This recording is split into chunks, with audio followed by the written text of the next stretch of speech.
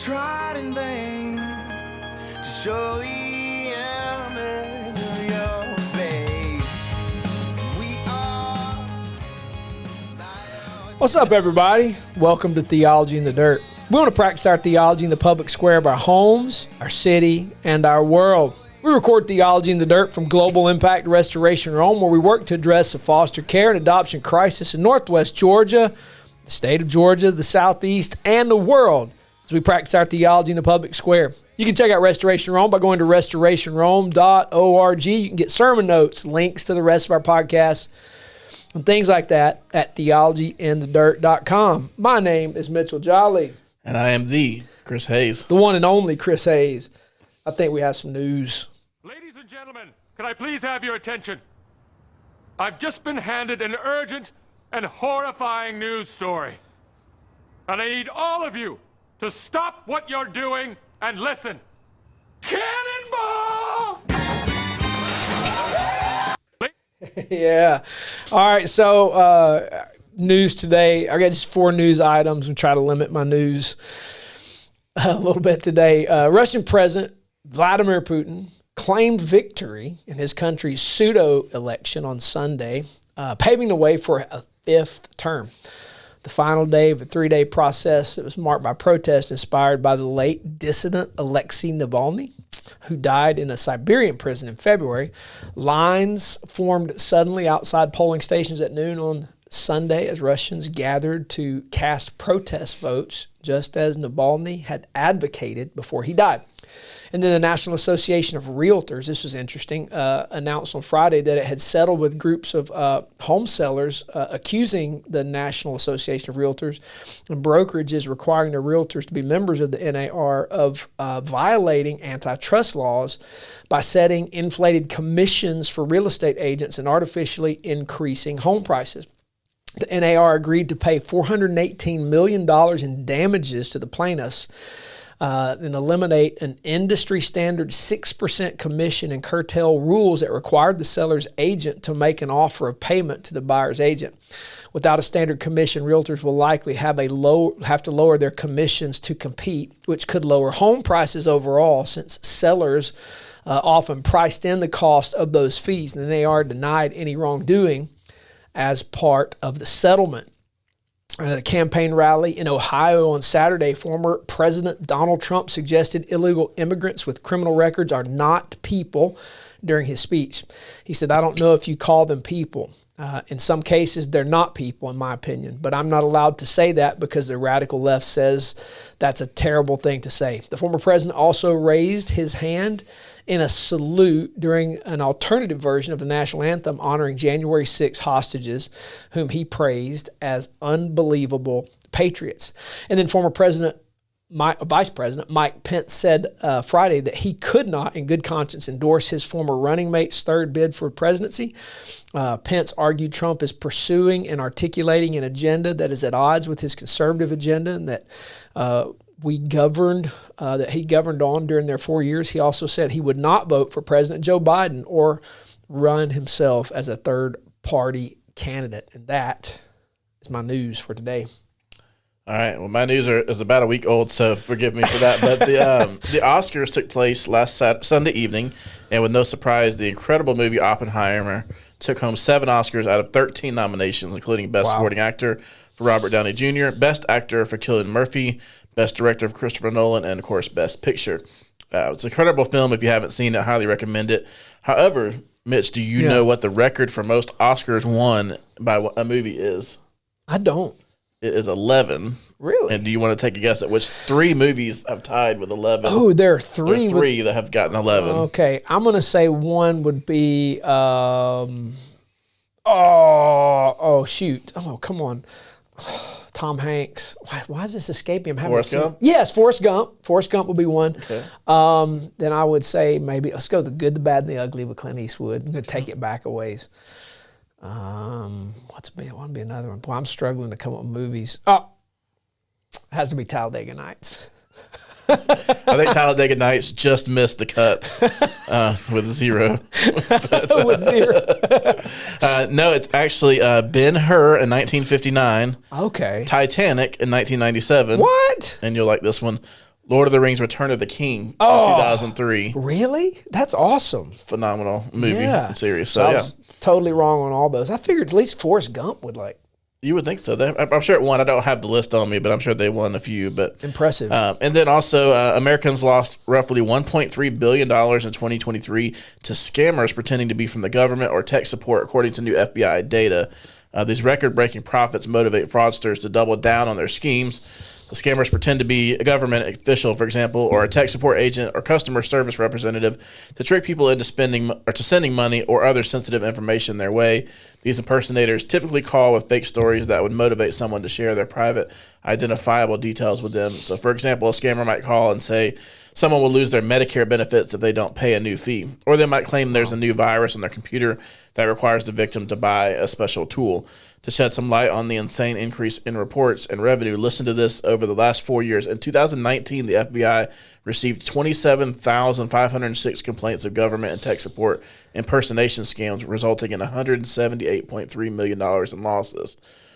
By 2023, so just last year, those losses had toppled $1.3 billion from over 51,750 reports. Wow. Holy cow. So just be careful. Don't share things. Don't trust anybody. Don't send money unless you know for sure who you're sending it to. That's nuts, man. Yeah. That's crazy. It's scary. That is scary. Well, you know what time it is? I do. It's time to shake and bake, baby. Shake and bake. Shake and bake! Shake and then bake! Shake and bake! Shake and bake. It's shake and bake time. Shake and bake, buddy! Shake it before you bake it!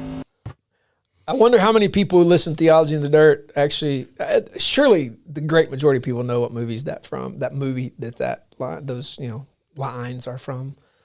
If not, certainly most of the guys probably. Most of the guys, probably the girls. I'm sure there are girls that are too. I don't mean to put them aside, but most guys probably know that movie at least. Yeah. If not. You know, it's interesting. I was looking at some of our data the other day, and like the majority of people listen are girls.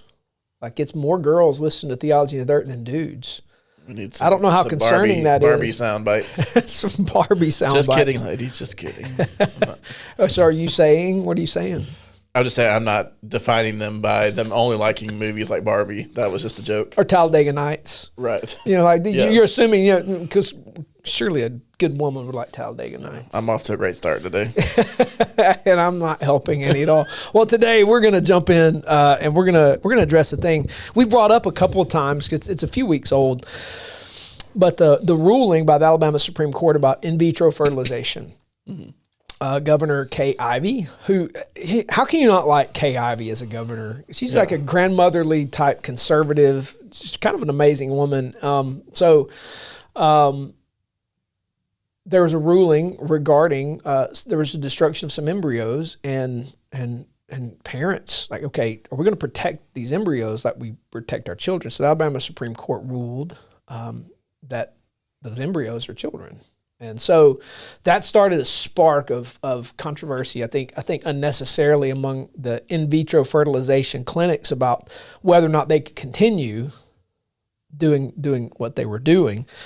And so Governor Ivey has since also spoken out in protection of IVF for women to be able to have children in the state of Alabama. But it sparked a lot of questions. I have a lot of questions. And so it's not like I'm unfamiliar with IVF. I just think for a lot of us in our world, of our pro-life world, we have a tendency to focus on abortion, right. Which necessarily, I'm not saying we not pay attention to that, but IVF never gets brought up in regard to pro-life. And so talk to me, Chris, what do you see in this case and what are some things we need to look at and things we need to address?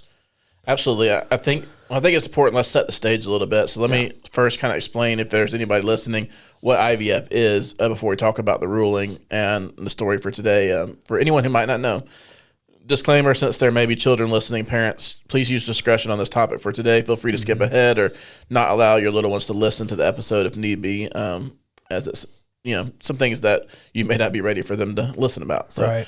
With that said, IVF stands for in vitro fertilization. As you said, in vitro is the process of joining a woman's egg and a husband's sperm in a lab rather than inside a woman's body. So the Latin phrase in vitro means in glass. When the egg is fertilized by the sperm, the result is a living embryo, which is then implanted in the woman's womb so that it can develop like any other baby. I'm going to come back to some of that in a minute, but just to kind of give a little bit of more background on the ruling, it was February 16th of this year, and you mentioned Governor Ivey already. She signed a bill that says frozen embryos created and stored in IVF clinics can be considered children under state law. Obviously, unsurprisingly, caused the national uproar, and a already polarizing debate over the sanctity of life kind of increased and has brought itself back into the forefront. This ruling basically comes from an incident in December of 2020 when a patient at an Alabama hospital wandered into the fertility clinic through an unsecured doorway. The patient then entered the cryogenic nursery and removed several embryos. And as the court notes, the sub-zero temperatures at which the embryos had been stored freeze burned the patient's hand, causing the patient to drop the embryos on the floor, killing them. If you believe their lives, killing them or destroying them. So numerous parents of those frozen embryos filed a lawsuit against the clinic, citing the state's wrongful death of a minor act. While the court initially ruled that these lives do not fit under the definition of a person or a child, quote unquote, the Alabama Supreme Court disagreed and stated that it falls directly under the section entitled Sanctity of Unborn Life. And it's important to note that the wrongful death of a minor act was established in 1872, which of course IVF didn't exist then. Right. So that's where some of the uncertainty came from. But the act has always been in place for when a baby in utero dies due to an incident that could have been prevented. And this is the first time it's been used in a lawsuit for a frozen embryo. So it's understandable there would be some arguments on both sides here. Right. Now, here's some interesting points I think that, and I want to hear your thoughts on this, because you don't hear this very often. So let me share some of this. So the debate on the topic continues. There's strongly opposing views, but one judge actually cited Genesis 1:27 in his explanation of the sanctity of life, using sources from John Calvin to Tim Keller and others. So one judge wrote this: in summary, the theologically based view of the sanctity of life adopted by the people of Alabama encompasses the following, and here's three things he lists. Number one, God made every person in his image. Two, each person therefore has a value that far exceeds the ability of human beings to calculate. And three, human life cannot be wrongfully destroyed without incurring the wrath of a holy God who views the destruction of his image as an affront to himself. Section 36.06 recognizes that this is true of unborn human life no less than it is of all other human life, that even before birth, all human beings bear the image of God, and their lives cannot be destroyed without effaceing his glory, end quote. And there's another excerpt from the Chief Justice on the ruling. He says this: we believe that each human being from the moment of conception is made in the image of God, created by him to reflect his likeness. It is as if the people of Alabama took what was spoken of the prophet Jeremiah and applied it to every unborn person in the state. And the Chief Justice continued, referring to the embryos, quote, carving out an exception for the people in this case, small as they were, would be unacceptable to the people of the state who have required us to treat every human being in accordance with the fear of a holy God who made them in his image. I've got some more information and some data on IVF and some things we'll get to, but Sure. I don't remember too many cases or rulings in the court where actual judges and sitting judges, Supreme Court justices, using scripture to and theological truths to back up their decision. Yeah, man, good for them. Like that reads beautifully. It does.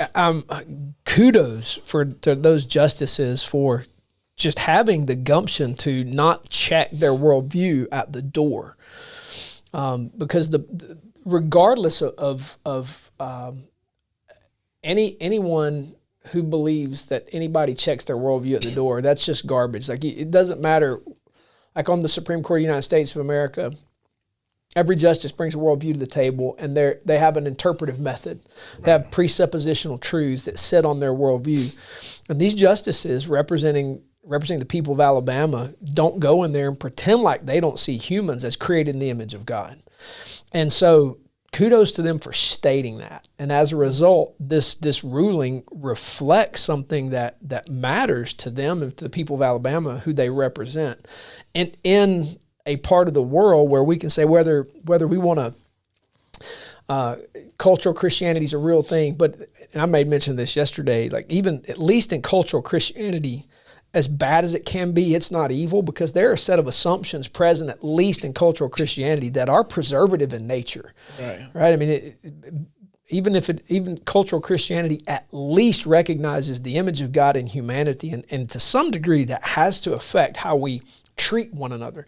And for these guys to bring that to the table and go, we're going to bring this worldview here and say that all human life is valuable. The embryo all the way up to death, like everyone matters, and good for them because that's good for humanity. Right. Like that's not bad for humans. Mm-hmm. and like the argument, calling other things reproductive rights, what I want to say to people is, you want to be pro-choice, great, be pro-choice, then choose to not get pregnant. Right? If you're going to take that, right, choose to not create life. That goes for IVF as well as the abortion stuff. Like if we can't responsibly manage image bearers, don't create them. Right. Because they're means to not. You don't have to.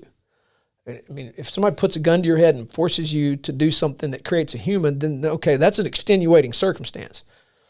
But if you choose to engage in the activity, whether it's in a lab or in human relationships that creates humans, you're making a choice to create. You can choose to prevent that. And so when we're talking about dealing with humans, at least these justices say, now once we have a human being, embryo or full-grown adult, they matter. Good for them. That's good for the flourishing of humanity. So that's huge. And it was written very well too. It was well written. Right. And ironically, it's one of the most morally clear laws I remember coming into place in a long time. There's so much ambiguity when it comes to similar type rulings. Yeah. But this one's very concise, very clear. Yeah. And to be able to, the fact that they're using scripture and theology to support that, absolutely, I think is fascinating. Now, there have been some consequences to the ruling. Okay. You mentioned some of this earlier. Within the first week after the ruling, 2 of the 8 fertility clinics in Alabama paused their IVF treatments. One of them is a very large clinic at the University of Alabama at Birmingham Health System. The clinics say that they did so out of real concern of the civil and potential criminal liability that their physicians and patients might face. This pause in IVF treatments also means patients who were scheduled to undergo the last part of their IVF treatment, which is the transfer of embryos into the uterus, have had those procedures canceled for the time being. I know we're going to get into more of the biblical side of that, but there's some real consequences on on business, on medical side, and then looking at what happens with those embryos, because there is, and I'll get into some more information about IVFs in a little bit, but there's real issues there. This is not like you just put them in there and they're good forever. There's a shelf life. What is the shelf life? So let me pull that up. Because that's one of my questions is how long can you keep a frozen? Because I'll state some of my questions here in a little bit. I have some theological concerns, but how long can you keep a frozen embryo? And that's a good question. I would say, so women basically have to give themselves fertility injections every day for 2 weeks before undergoing a painful egg retrieval procedure. So there's that part. How long they last frozen, I don't know. That's a good point. I should have looked that up. I didn't look that up either, and I don't know why that. I think in my mind I was assuming that that they could stay frozen in perpetuity.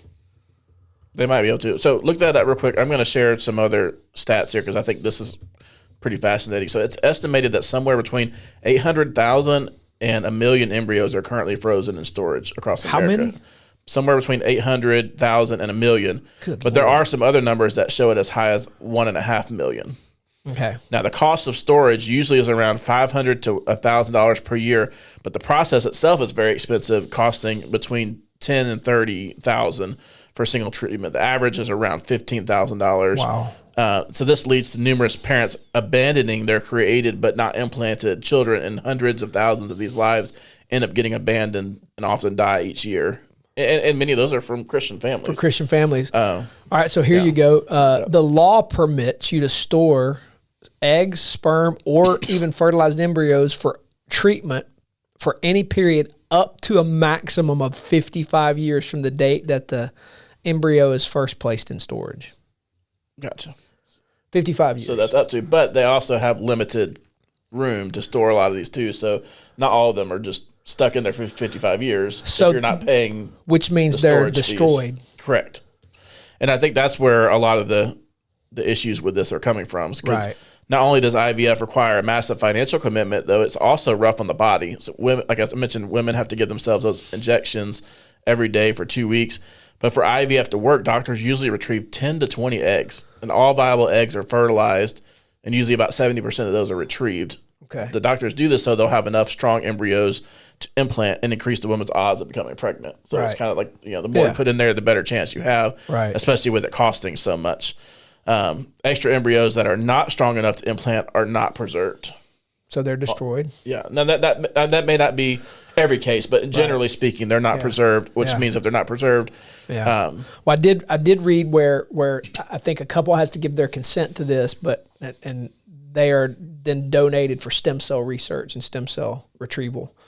And so there's a harvesting of stem cells that happens. So not from aborted tissue, but from discarded embryo tissue from IVF treatments. right. And to give a sense on why there's so many, it's that right now 1 in 5 families across the United States struggle to conceive. Yeah. So infertility has become so common that 42% of American adults say that they have used or know someone who has used fertility treatments. So there's the additional cost, like tangible cost, that are sometimes insurmountable or just high, but there's also the ethical price of embryo destruction, and maybe that's even a far greater cost here when we're looking at, should we do this, should we not do that? And I'm not. This is not to say anyone who's done IVF is at fault. Sure. So not at all. But it does. I think there is. I would say it breaches God's will to just terminate somebody's child for the sake of cost or convenience either. Right. So Yeah. let me ask you this. So for those of us who are strongly pro-life, both of us are, we make no bones about that. Yeah. Where do frozen embryos fit into that definition and into that discussion, really? Yeah. Well, see, one of my questions, like I started when I read this, like I don't know why I haven't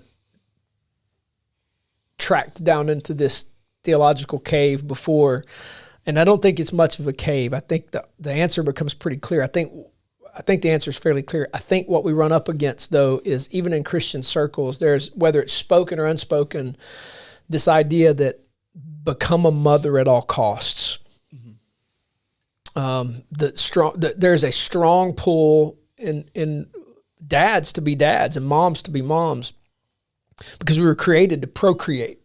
In the marriage setting, God made men and women. It wasn't good for man to be alone, so he made a helper fit for him, one that corresponded to him, so that and God performed the first wedding ceremony in Eden. He brought them together, and the two became one flesh, and he gave them this task: you to fill the earth, multiplying it. So procreating, which I love that language, procreating, it is we're procreating along with the Lord and his will. We're creating life. And so because the language of the Bible is so clear that part of our task is to, as married couples, is to multiply other image bearers and fill the earth with them, we're creating life. And so for us, we have to ask the question, because that is so strong of an instinct in human beings. And it's good that it's a strong instinct. That's powerful. We have to ask the question, however, is it become apparent at all costs? Because we now have having children is more complicated because of the results of sin and the curse on humanity and in the earth. We have infertility issues. And so therefore what has happened is we pursue that desire, and we should pursue it. And we have examples in Scripture of Hannah praying before the Lord, asking for a child, and the Lord opened her womb and she was able to conceive. So infertility has been a problem since the garden. And there are instances where the Lord opens the womb of the mother, she's able to conceive. And there are instances historically where they haven't been able to conceive. And there are instances in history where people have tried myriad of ways to overcome infertility. The question is, should it be overcome at all costs? And I don't know that we've really answered that well, particularly in Christian circles. Yeah. Side note, but what is the cause of the massive infertility? Like, what I find interesting is in places where the world has developed into the first world, and it's just my observation. I may get in trouble for saying this, but where the first world has developed and our food supplies become more regulated by agencies and have things in them, I find that we've had more health problems. Like gluten stuff, like I noticed with our friends who live in other countries, less developed countries, they eat the bread in those countries and they come back to the States and eat our bread, and then they develop a gluten allergy. They didn't have a gluten allergy before they went, but they come back to the States and develop a gluten allergy. It makes me wonder, is it really gluten they're allergic to, or the chemicals, the chemically altered ingredients that their body is rejecting, right? So they go to a less developed country that eat just grain, and the grain grows out of the dirt. It's not chemicaled. It's ground up, made into flour, made into bread, and they eat it, no problem. They come back here, bread off the shelf, they get sick. And my question is, if that's doing that to our intestines, what's it doing to our ability to procreate? That's a fair question. I don't know, but I think there's a correlation there. We have to ask some questions. So why the stats you gave are alarming? The amount of infertility is off the chain. And so that's one question. The next question is, are we comfortable with becoming a parent at all costs? And I don't think we should be. And then, man, we have to ask the question, when do we believe life begins? All right. We would say conception, right? Right. So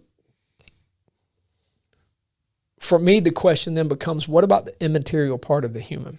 Like the human body, that embryo, boom, you've got at conception, you've got a human being. That's the physical part. We know from the Bible that we're more than just a body. We're not a biome. We're a body and a soul, right? Mm-hmm. And so there's an immaterial part of us, which is one of the reasons death is so painful. It's not supposed to be, but what happens at death is the immaterial part of us goes to be with the Lord, and we put this body in the ground. And there's a great promise that because Jesus was raised, we too will be raised. And at that moment, we will be fully new creations. The reconnection between the immaterial part of us and the material part of us, fully connected, no sin, fully integrated, nothing to hinder the integration of those two parts ever again, never to be separated again. That's glorious. So here's my question. When we fertilize an egg and create an embryo and we freeze it, what happens to the soul? I've never asked that question until this case came up in my mind. You and I were talking about it in the office. I'm going, what happens to the soul? Does that soul, are they like, do they go be with Jesus, or are they kind of in this state of like when you put somebody to sleep for surgery and you just take a big long nap? Is their soul napping? And it made me ask the question theologically, how does the church, how does Orthodox Christianity view the creation of a soul? And there are really two ways. This is fascinating to me. One is creationism. And creationism is the view that each individual soul is directly created by God. And from that perspective, at the moment of conception or birth, God creates a new and unique soul for each person. We would say, particularly at conception, God creates a unique soul for each person. The next one is one that's really kind of held by the reformers a little bit. I think Calvin kind of leaned this direction. Mm-hmm. It's called traducianism. And traducianism believes that the soul, like the body, is generated by the parents at the moment of conception. And this means that the soul is transmitted from the parents to the child, along with various physical characteristics as well as characteristics in the immaterial part of their nature.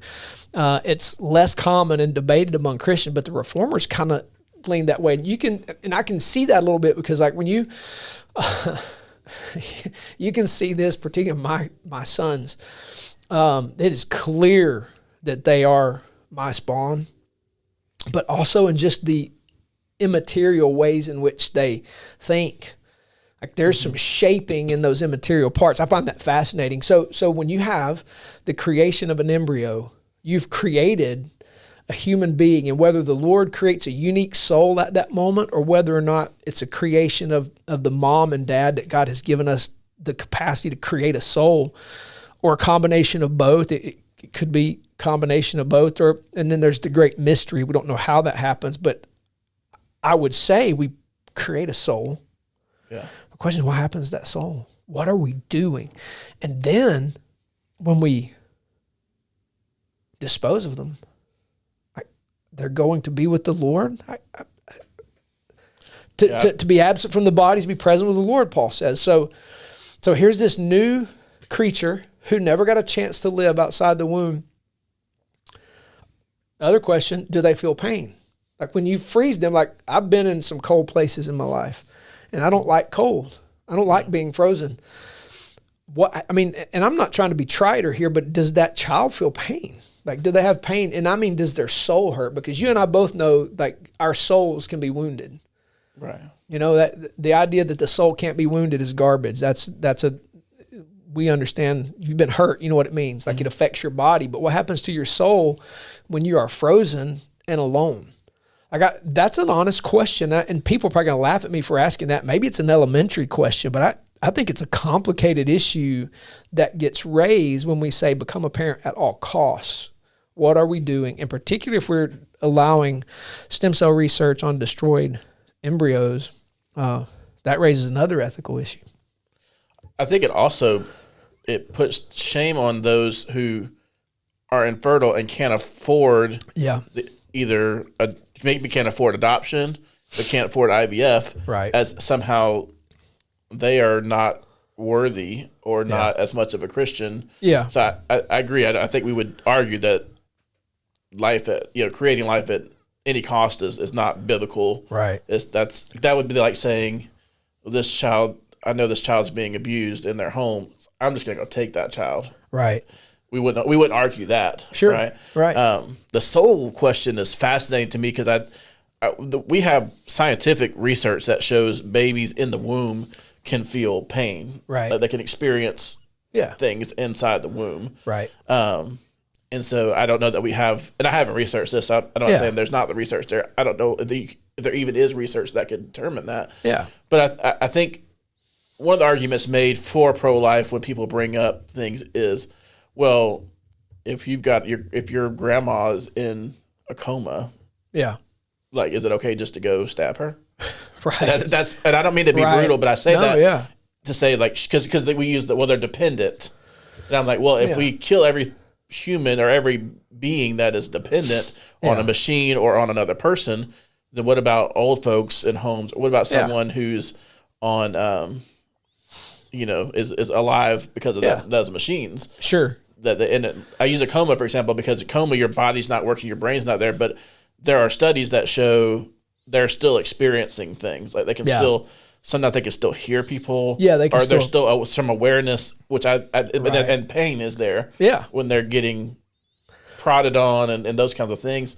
And so I think that does bring up. I think it's a fair question to ask. I don't think it's just ignorant or simple either. I think it's an important question to ask. I don't know that we can answer that, but some of the research says as early as 12 weeks that a fetus feels pain, and some say as late as 24 weeks they feel pain. And so somewhere between 12 and 24 weeks, a child in the womb feels pain.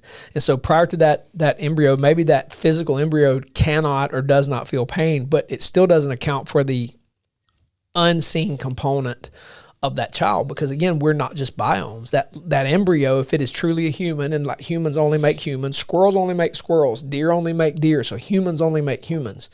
That's a human embryo, and as Christians, we understand either you're a creationist or a traducianist, and either way, a soul is created, an immaterial component is created. And so, are we inflicting pain? And is there some kind of psychological damage that is being done by freezing an embryo? I don't know the answer to that question, but I think it's worth asking, because if we're creating life and we're destroying life, then the truth of the matter is, in the destruction of that life, we're no different than an abortion clinic. Right. But then there's also the argument, too, by freezing them, we are preserving life, as if the only other option is destruction. There are embryo adoption agencies. Right. Yeah, there are embryo adoption agencies. So there are agencies who take that seriously enough to go, no, we will adopt these embryos out and implant them. And they're moms and dads who have children from embryos that were fertilized in fertility clinics because they believe they're life. So there are people who believe that's life to the point they're willing to adopt the embryo and give life to that child. Fascinating to me, but it raises a list of ethical issues that I think we have to address. Now, again, for those who are passionate about becoming parents, we're not condemning you for that passion. I think we have to ask and answer the question, though, should I be a parent at all costs? Like if for whatever reason I'm not able to conceive, we're not able to conceive, what are the means God has given us to ethically, with as much concern for life as possible, pursue becoming a parent?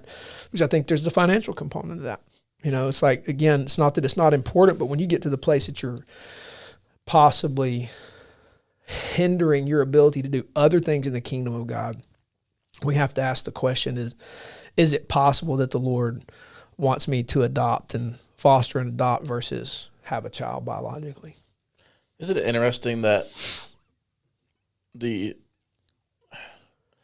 cost of private adoption, international adoption, the cost of IVF for people who genuinely want to be parents, and don't have the biological means to do that, I can't help but look at that and go, is that sin? Is that the work of the evil one? And I say that lightly because I don't want to say it's wrong for like companies to charge things to have people to be able to do those and the research. So don't hear me saying that everything should be free. Sure. But at the same time, there's also a lot of people making a lot of money off, benefiting from it, probably more than they should. And it's difficult for those families that, I worked in this field, in child welfare for over a decade. Yeah. And one of the hardest things working in that field is having friends who can't conceive or struggle to conceive. And then you've got these families who have no business being parents, just plopping out child after child after child, knowing those children are being abused or neglected, or in DFAC's case, if you've had a child removed, typically if you have another child, they just go and get a court order right when you have at birth. And I've taken a 2-day-old baby out of the hospital to another family. Yeah, I know about it. Yeah, with the doctor. That's the one where the doctor called. That one was another one, but this one was I when I was an investigator going with a court order, and this mom had 5 or 6 other kids all come into care, all had been adopted out. Yeah, and just still, it was not an easy thing walking in, going, I'm here to take the baby you just spent 9 months. Taking care of. Yeah, I use that loosely, but I mean, no, I know, it's still not fun. She was still a mother. I'll never forget her face, and I know this is kind of off topic a little bit, but I'll never forget her face because it was about 50% devastation and 50% expected. Like I knew this was like, I've been through this. Yeah. So it was like there was no surprise. It wasn't so much anger. It was just like, but there was still that part that was like, I just gave birth to this little boy and this guy just came in and took him away. Yeah. And that's hard, even though it was in that baby's best interest. Yeah. So you're right. It's that whole parent at any cost, I think we've answered that, but I think that there's layers to that we have to wrestle with. Yeah, there are. It's interesting to me that the private route is so expensive, but working with the government, it's doable. Anytime I feel like anytime doing the right thing becomes financially impossible, there are forces in play to prevent us from doing the right thing. Evil forces. And I think particularly in the Christian world, we have to fight against that, whether it's fundraising or whatever we have to do to make the right thing affordable and doable. And I just speak very candidly from inside this building. If you work with the state, if you work with DFACs, adoption is affordable.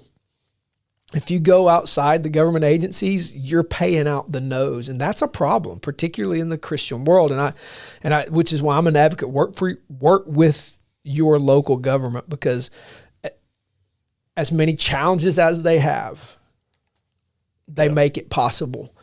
And if you don't think there are challenges in that private world, then get in it and try it. There are challenges there too, and often it's financially not feasible to do the right thing. And so this world is driven by finances, supply and demand, right? So we've got the technology, we can supply that. There's demand on your part because you have this strong pull, and they charge you out the nose for it. So I think there are a lot of questions. And so often perhaps the answer is not so much become a parent at all costs financially into the life of the embryo, but become a parent by the means of the need in my community. And that looks like getting involved in taking a child that's not yours, but by all means becoming a parent to that child. But it raises a list of questions. So what else you got? You got some other stuff? You got some takeaways for us? I do have some takeaways in a minute. This is passage out of Psalm 139. I know you know this passage. I think it gets used a lot for when we talk about life, but we usually end after the first 14. And I just kind of want to read 13 through 16 because I think as we get down a little bit lower, as I read this in light of what we're talking about, it almost has new meaning. So let me just read. This is Psalm 139, 13 through 16. It says, "For you formed my inward parts. You knitted me together in my mother's womb. I praise you, for I am fearfully and wonderfully made." And usually we see that verse just pulled out by itself. Yeah. Great verse. But reading on, "Wonderful are your works. My soul knows it very well. My frame was not hidden from you when I was being made in secret, intricately woven in the depths of the earth." And this part, I think, fascinates me now. "Your eyes saw my unformed substance. In your book were written, every one of them, the days that were formed for me, when as yet there was none of them."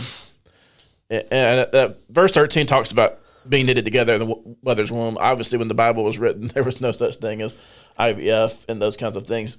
But I think it's interesting the rest of this doesn't talk about that. It just says, when I was being made in secret. Yeah. And when your eyes saw my unformed substance, and I think that language is interesting. I'm reading out the ESV. It just, I don't really have a point there or a question there. But I think to me, it hits a little bit different when we look at it from that scope of life in the various ways that life is created. It's beautiful language used by the inspired authors of the text, my unformed substance. Like you knew it. You knew all of it. And it's comforting to know that in these instances, these frozen embryos and these that are destroyed, that the Lord knows them and he cares for them. And who knows in the eternal kingdom when all are raised to life, in the new heavens and the new earth, who will get to meet and get to know who is one of those children. That's fascinating to me. Right. And the truth is, like, unless someone tells you that their child was born from IVF, they're not going to look and smell or feel any different than any other human being. Yeah. I would be curious to know some psychological data on IVF babies and adults. I would love to know the rates of mental and emotional health and well-being among them. I would be fascinated to see a study on that. I agree. I would read that. That is interesting to think about. There's a lot in play, and I think it's because we're waking up from naturalism. We're waking up from naturalism, and we're beginning to sniff the air of the supernatural and reality of the reality of the supernatural again. And because we're waking up from naturalism, all of a sudden we're aware of those immaterial realities. Mental and emotional health are functions of the immaterial part of humans. And we've ignored that for so long because we've been under the spell of naturalism, that the physical body and how it feels is just completely separated from anything immaterial, and we're just a biome. And because we've woken up to the biblical reality that we are immaterial creatures who have a material body, we're now becoming aware that a mental and emotional well-being are tied to a lot of things, and they matter. And so therefore it makes us go, well, what about that immaterial part of an IVF child? And I would be fascinated to learn that. If any of our listeners out there have any experience with IVF and be willing to share that with us, we won't share it on air or any details or in that, but if you'd be willing to email us at theologyinthedirt@gmail.com, I think both of us will be very interested in hearing your take on this, because we both speak from not having been through it. Not say we're not aware of it, but I'd be curious to hear from someone who has gone through that route, either successfully or unsuccessfully, or just throw that out there. If you're willing to share, I would love to hear your thoughts on this.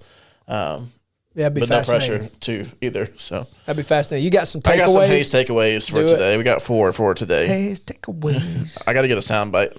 You see, maybe AI can create me a cool little Hayes takeaways. Just take that clip right there. Can you isolate that? Shake and bake, Hayes and take. No, I'm trying to think of that. Sorry, I digress. All right, here's my Hayes takeaways for today. Number one, infertility is a very common issue with hundreds of thousands of people.